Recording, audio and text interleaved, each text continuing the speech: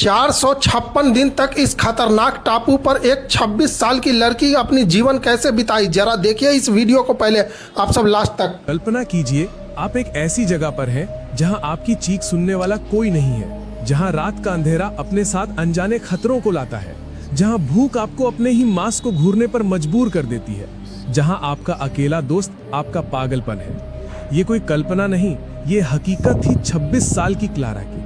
456 दिन, एक लड़की, एक वीरान टापू और हजारों खूनी रातें। आज आप देखेंगे कि कैसे एक आम लड़की 456 दिन तक जिंदा रहकर मौत को मात दी। ये कहानी कमजोर दिल वालों के लिए नहीं है, क्योंकि ये कहानी आपको तोड़ कर रख देगी। कहानी का आगाज होता है 15 जून 2023 की एक सुबह से। अमेरिका के चहल पहल वाले शहर सैन फ्रांसिस्को में 3 दोस्त रहते थे।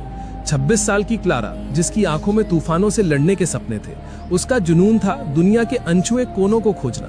उसकी सबसे अच्छी दोस्त थी 25 साल की माया, और उनका तीसरा साथी था 28 साल का लियाम, एक निडर और अनुभवी नाविक। तीनों अपनी रोज की बोरिंग जिंदगी से एक ब्रेक चाहते थे। वे छुट्टियां बिताने और साथ ही एक नया द्वीप एक्सप्लोर करने का प्लान बनाते हैं। उन्होंने मिलकर एक साहसिक और खतरनाक फैसला किया। वे एक ऐसे द्वीप पर जाएंगे जहां इंसान के कदम आज तक नहीं पड़े थे।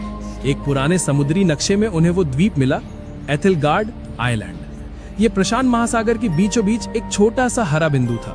उन्होंने अपनी छोटी लेकिन मजबूत जहाज द एल्बाट्रॉस को तैयार किया। जहाज पर महीनों का राशन, पानी और हर जरूरी सामान लादा गया। उनका उत्साह 7वें आसमान पर था। वे एक नई दुनिया खोजने जा रहे थे। वे खुशी खुशी अपनी मंजिल की ओर निकल पड़े। एक ऐसा सफर जो उनकी दोस्ती और हिम्मत का सबसे बड़ा इम्तिहान लेने वाला था। 4 दिनों तक अथाह नीले समंदर पर उनका सफर जारी रहा। हर दिन सूरज उगता और समंदर के पानी को सुनहरा कर देता। उन्होंने डॉल्फिन्स को अपनी जहाज के साथ रेस लगाते देखा। चौथे दिन 19 जून की सुबह दूर क्षितिज पर उन्हें एक धुंधली सी हरी लकीर दिखाई दी। जैसे जैसे वे करीब पहुंचे, वो लकीर एक विशाल द्वीप में बदल गई। एथिलगार्ड आइलैंड उनकी कल्पना से कहीं ज्यादा भव्य और वीरान था। उसका जंगल इतना घना था कि सूरज की रोशनी भी जमीन तक न पहुंच पाए। किनारों पर नुकीली काली ज्वालामुखी चट्टानें खड़ी थीं।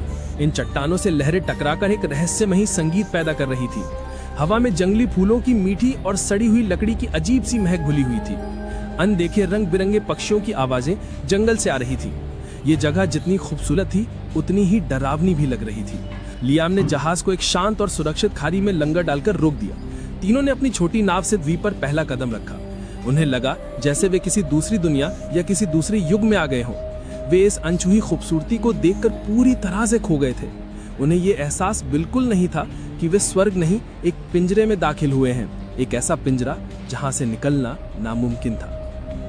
द्वीप पर उनके पहले 7 दिन किसी जादुई सपने की तरह थे। हर दिन वे एक नई और हैरान कर देने वाली चीज खोजते। उन्होंने रात में चमकने वाले नीले रंग के मशरूम देखे। उन मशरूम्स की रोशनी में जंगल किसी दूसरी दुनिया का लगता था। उन्हें एक बहुत पुरानी टूटी फूटी झोपड़ी मिली जो लताओं से ढकी थी। ये किसी भूली बसरी सभ्यता का आखिरी निशान लग रहा था। वे दिन भर द्वीप को नापते और रात में आग जलाकर अपनी खोजों का जश्न मनाते। ये उनकी जिंदगी का सबसे बेहतरीन समय था। वे आजाद और खुश थे, लेकिन उनकी ये खुशी सिर्फ 7 दिनों की मेहमान थी। 26 जून की सुबह उनके लौटने का दिन आ पहुंचा। उन्होंने अपना सारा सामान वापस द एल्बाट्रॉस पर लाद लिया। लियाम ने मुस्कुराते हुए जहाज का इंजन स्टार्ट करने के लिए चाबी घुमाई, लेकिन इंजन से सिर्फ एक खट की आवाज आई और फिर गहरी खामोशी छा गई। उसने दोबारा कोशिश की, फिर दोबारा, पर इंजन स्टार्ट नहीं हुआ। घंटों की मशक्कत के बाद भी वे उसे ठीक नहीं कर पा रहे थे। जहाज का रेडियो और कम्युनिकेशन सिस्टम भी पूरी तरह से बंद हो चुका था। अब वे दुनिया से कट चुके थे। मदद मांगने का कोई रास्ता नहीं था। वो स्वर्ग जैसा द्वीप अब एक भयानक जेल की तरह लग रहा था। उनकी आंखों में खुशी की चमक की जगह अब खौफ ने ले ली थी। उनके पास एक आखिरी उम्मीद बची थी। जहाज पर रखी एक छोटी मोटा बोट, इमरजेंसी लाइफ बोट थी, मगर उस पर एक बड़ी समस्या लिखी थी। क्षमता सिर्फ 2 व्यक्ति। तीनों एक साथ उस पर बैठकर नहीं जा सकते थे। ये नामुमकिन था। एक लंबी खामोश और तनावपूर्ण रात के बाद एक दिल तोड़ देने वाला फैसला हुआ। लियाम और माया उस लाइफ बोट से मदद लाने के लिए निकलेंगे। क्लारा जहाज पर ही उनका इंतजार करेगी। लियाम ने नक्शे के हिसाब से बताया कि उन्हें 8 दिनों में लौट आना है। उन्होंने क्लारा के लिए 10 दिनों का खाना और पानी का स्टॉक छोड़ा। साथ में एक फ्लेयर गन भी दी ताकि जरूरत पड़ने पर वो सिग्नल दे सके। 27 जून की सुबह क्लारा के लिए उसकी जिंदगी की सबसे मुश्किल सुबह थी। उसने रोते हुए अपने दोनों दोस्तों को गले लगाया। हम जल्द लौटेंगे क्लारा, हिम्मत मत हारना। क्लारा द अल्बाट्रॉस के डेक पर खड़ी उन्हें दूर जाते हुए देखती रही। वो तब तक देखती रही जब तक नाव समंदर में एक छोटा सा बिंदु बनकर गायब नहीं हो गई। वो वापस जहाज के अंदर बने छोटे से कैबिन में आ गई जो अब उसका घर था। उसने कैबिन की दीवार पर पहला निशान खींचा, दिन 1। हर सुबह वो उम्मीद से समंदर को देखती और दीवार पर एक और निशान खींच देती। 10 दिन बीत गए, 10 निशान खिंच गए, लेकिन कोई वापस नहीं आया। 11वें दिन की सुबह सूरज उगा, पर क्लारा की उम्मीद का सूरज डूब चुका था। वो समझ गई थी वो इस अनजान दुनिया में अब बिल्कुल अकेली थी। क्लारा को लग रहा था कि उसके दोस्त उसे छोड़कर चले गए हैं, लेकिन वो बेचारी ये नहीं जानती थी कि उसके दोस्त अब इस दुनिया में नहीं थे। जिस दिन लियाम और माया द्वीप से निकले थे, उसके दूसरे दिन ही उनके सिर पर मौत का साया मंडराने लगा था। आसमान अचानक काला हो गया और समंदर पागल हो गया। पहाड़ जैसी ऊंची लहरें उनकी छोटी सी नाव को खिलौने की तरह उछाल रही थी।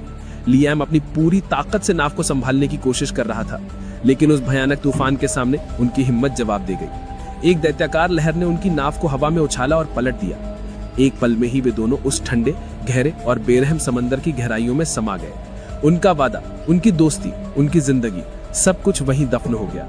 और यहाँ एथलगार्ड आइलैंड पर क्लारा उस वादे का सच होने का इंतजार कर रही थी। एक ऐसा वादा जो कभी पूरा होने के लिए था ही नहीं। वो हर रात जहाज के कैबिन में दुबकी रहती, तूफान की आवाज सुनती और ये सोचती कि उसके दोस्त कहाँ होंगे। उसे नहीं पता था कि जिस तूफान से वो डर रही है, वही तूफान उसके दोस्तों को उससे हमेशा के लिए छीन चुका है। उसका इंतजार अब कभी खत्म नहीं होने वाला था। वो उस द्वीप पर अकेले रहने और अकेले मरने के लिए छोड़ दी गई थी। दोस्तों के जाने का यकीन उसे अंदर से तोड़ चुका था। अब लड़ाई सिर्फ जिंदा रहने की थी, हर एक सांस के लिए जंग। खाना हफ्तों पहले खत्म हो चुका था। वो कई कई दिनों तक भूखी रहती, पेट में पत्थर बांधकर। पीने के लिए पानी का कोई झरना नहीं था, वो सिर्फ बारिश पर निर्भर थी। जब हफ्तों बारिश ना होती तो प्यास से उसका गला सूख कर कांटा हो जाता। वो सुबह पत्तों पर जमी ओस की बूंदों को चाट कर अपनी प्यास बुझाती। रातें सबसे ज्यादा खौफनाक थीं। जंगली सुअरों के झुंड जहाज के आसपास घूमते और जमीन खुरचते। उनकी घुरघुराने की आवाज सुनकर क्लारा की रूह कांप जाती थी। वो कैबिन का दरवाजा कसकर बंद कर लेती और खामोशी से सुबह का इंतजार करती। लेकिन भूख किसी भी डर से बड़ी होती है। एक दिन कई दिनों की भूख से तड़पकर उसने एक फैसला किया, अगर जीना है तो मारना होगा। उसने जहाज से मिले लोहे के एक टुकड़े को पत्थर पर घिसकर एक धारदार भाला बनाया। उसने एक खतरनाक जंगली सुअर का शिकार करने की ठानी। ये एक जानलेवा फैसला था जिसमें एक चूक का मतलब मौत था, लेकिन क्लारा के पास अब खोने के लिए कुछ नहीं बचा था। क्लारा की जिंदगी अब एक रूटीन बन चुकी थी, शिकार करो, जिंदा रहो। उसने कई हफ्तों की कोशिश और कई चोटों के बाद अपना पहला शिकार किया। उस दिन उसने कई महीनों बाद पेट भरकर मांस खाया था, लेकिन हर शिकार एक जानलेवा जंग होती थी। दिन हफ्तों में, हफ्ते महीनों में और महीने साल में बदल गए। क्लारा ने दीवार पर 365 निशान पूरे कर लिए थे। 1 साल बीत चुका था। शहर की वो नाजुक लड़की अब पूरी तरह से एक जंगली योद्धा बन चुकी थी। उसने सुअरों की खाल से अपने लिए मजबूत लिबास बनाया था। अकेलेपन से लड़ने के लिए उसने बांस से एक छोटी सी बांसुरी बना ली थी। हर शाम वो उस पर दर्द भरी धुनें बजाती जो उस वीरान द्वीप पर गूंजती थी। समय बीतता रहा। दीवार पर निशानों की संख्या 400 पार कर चुकी थी। क्लारा अब शारीरिक रूप और मानसिक रूप से थक चुकी थी, टूट चुकी थी। एक दोपहर वो उदास बैठी जहाज के डेक से समंदर को देख रही थी। तभी उसे दूर क्षितिज पर एक बिंदु दिखा। वो एक जहाज था। क्लारा की सूखी रगों में अचानक जैसे खून की बाढ़ आ गई। वो अपनी पूरी ताकत से चिल्लाई। उसने आग जलाई, कपड़े लहराए, लेकिन सब बेकार गया। जहाज अपनी राह पर चलता रहा और आंखों से ओझल हो गया। उस दिन क्लारा का दिल हमेशा के लिए टूट गया, लेकिन उसी टूटे हुए दिल से एक नई जिद ने जन्म लिया। मैं यहां सड़कर नहीं मरूंगी, मैं इस समंदर से लड़ूंगी। उसने फैसला कर लिया, वो इस द्वीप से भागेगी। लगभग 1 महीने तक क्लारा ने दिन रात एक कर दिया। उसने बांस के सबसे मजबूत लट्ठों और लताओं को इकट्ठा किया। उसने अपनी पूरी ताकत और द्वीप पर सीखी हर कला का इस्तेमाल किया। उसने बांस के लट्ठों को कसकर बांधकर एक छोटा सा बेड़ा बनाया। उसने जहाज के मलबे से मिले कपड़े का एक छोटा सा पाल भी तैयार किया। उसने अपनी नाव को नाम दिया होप, यानी उम्मीद। उसने अपने साथ कुछ हफ्तों के लिए सूखी मछली और मांस जमा किया। मीठे पानी के लिए उसने नारियल के खोखले खोलों को भर लिया। और हाँ, उसने अपनी वो कीमती बांसुरी भी अपने साथ रख ली। 426वें दिन उसने अपनी छोटी सी होप को समंदर में धकेला। उसने आखिरी बार अपने उस द्वीप को मुड़कर देखा जो उसकी जेल भी था और घर भी। और फिर वो अनजान अथाह समंदर में उतर पड़ी। शुरुआती कुछ दिन उसकी हिम्मत बनी रही, वो पाल की मदद से आगे बढ़ती रही। लेकिन जल्द ही उसे इस सच्चाई का सामना करना पड़ा। वो इस अंतहीन समंदर में एक पत्ते की तरह थी जिसका कोई किनारा नहीं था। चारों तरफ मीलों तक सिर्फ नीला पानी और खामोशी थी। अब उसे द्वीप का अकेलापन भी एक नेमत लगने लगा था। उसका खाना और पानी हर गुजरते दिन के साथ कम हो रहा था। उसने अपनी जिंदगी का सबसे बड़ा और सबसे खतरनाक जुआ खेला था। 1 महीना, फिर 2 महीने, क्लारा अब समंदर में पूरी तरह खो चुकी थी। लगभग 450 दिन अकेले लड़ते लड़ते वो अब अपने अंत के करीब थी। उसका सारा खाना और पीने का पानी कई हफ्ते पहले ही खत्म हो चुका था। वह अब सिर्फ बारिश के पानी के सहारे जिंदा थी जो कभी कभार बरसता था। दिन का जलता हुआ सूरज उसका सबसे बड़ा दुश्मन था। उसकी त्वचा झुलसकर काली पड़ गई थी और जगह जगह से फट गई थी।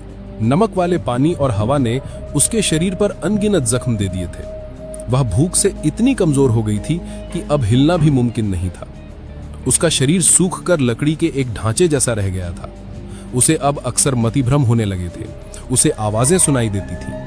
उसे लगता था कि माया और लियाम उसे नाव से पुकार रहे हैं। कई बार बड़ी बड़ी शार्क मछलियां उसकी नाव के आसपास मंडराती थीं। लेकिन अब उसे डर भी नहीं लगता था। उसने खुद को मौत के हवाले कर दिया था। वह बस अपनी नाव पर बेहोश सी पड़ी रहती, अपनी आखिरी सांस का इंतजार करती। उसने जीने की हर जंग लड़ी थी, लेकिन अब वह ये जंग हार चुकी थी। उसकी हिम्मत ने जवाब दे दिया था, शरीर ने साथ छोड़ दिया था। उसकी कहानी का अंत अब बस कुछ ही घंटों की दूरी पर था। इस विशाल बेरहम समंदर में वो गुमनाम मरने वाली थी। ये उसकी कैद का 456वां दिन था और शायद आखिरी भी। वह अर्ध बेहोशी की हालत में थी जब उसे एक बहुत दूर से आती हल्की सी गूंज सुनाई दी। शायद ये भी उसका एक वहम था, उसने सोचा। लेकिन गूंज बढ़ती गई। ये एक इंजन की आवाज थी। उसने अपनी जिंदगी की बची खुची सारी ताकत लगाकर अपनी गर्दन उठाई। दूर, बहुत दूर नहीं, उसे एक जहाज दिखाई दिया। ये एक बड़ा रिसर्च वेसल था जिसका नाम था ओरायन स्टार। ये इतना करीब था कि उस पर चलते हुए लोग भी नजर आ रहे थे। क्लारा ने चिल्लाने की कोशिश की, पर उसके गले से सिर्फ एक फुसफुसाहट निकली। उसकी आंखों से गर्म आंसुओं की धारा बह निकली। ये कैसी किस्मत थी, जिंदगी इतने करीब आकर भी इतनी दूर खड़ी थी। तभी उसकी नजर अपनी गोद में पड़ी उस बांसुरी पर गिरी। उसके दिमाग में जैसे बिजली कौंधी। मेरी बांसुरी!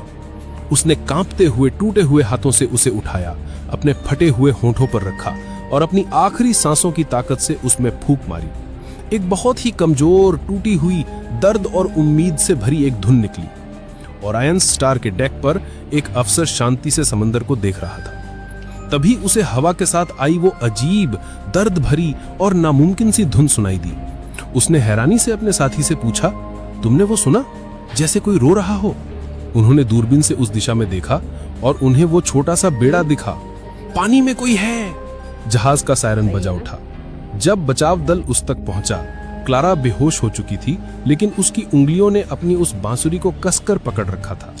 उस एक धुन ने उसे मौत के मुंह से वापस खींच लिया था।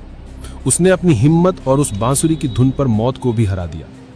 क्लारा की ये अविश्वसनीय कहानी अगर आपके दिल दोस्तों, ये स्टोरी आप सभी को कैसा लगा हमें कमेंट में ज़रूर बताएं। अगर अच्छा लगा हो तो वीडियो को लाइक, शेयर, फॉलो ज़रूर करें आप सब ज़्यादा से ज़्यादा।